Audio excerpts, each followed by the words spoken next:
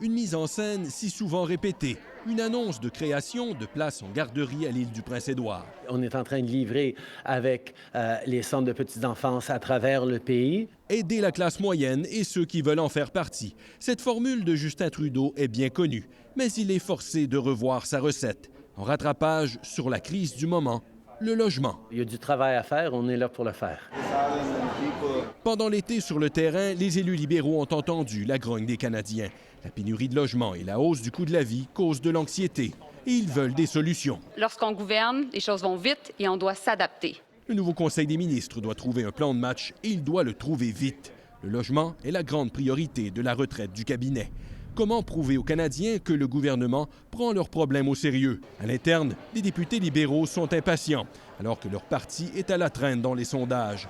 Le chef conservateur, lui, saisit l'occasion pour accentuer ses attaques. Donc aujourd'hui, le cabinet libéral tient une grande retraite sur la crise du logement Trudeau. Drôle, hein?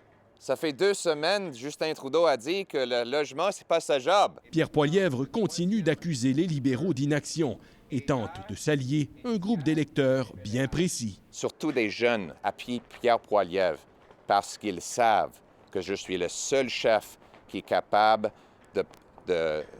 d'inciter la construction des maisons abordables. Justin Trudeau semble soucieux de voir l'appui des jeunes lui échapper. On sait qu'il y a énormément de jeunes qui en arrachent, qui sont incertains qu'ils vont pouvoir s'acheter une maison, qui ne voient pas l'avenir avec autant d'optimisme qu'ils devraient. Justin Trudeau se présente à cette retraite du cabinet sur un pied défensif. Après avoir remanié son équipe, il a peu de temps pour arriver avec des propositions concrètes.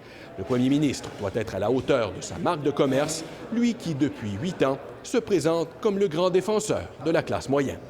Ici Louis Blouin, Radio-Canada, Charlottetown.